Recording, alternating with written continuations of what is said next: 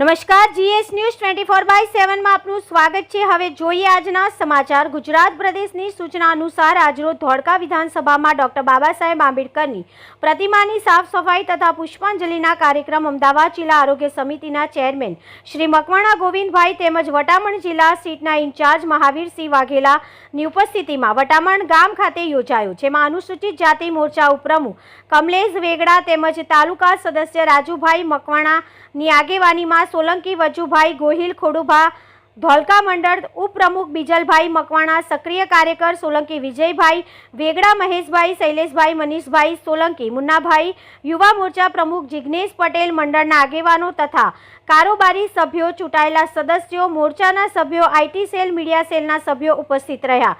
તંત્રી અહેવાલ મહેન્દ્રસિંહ ડાભી।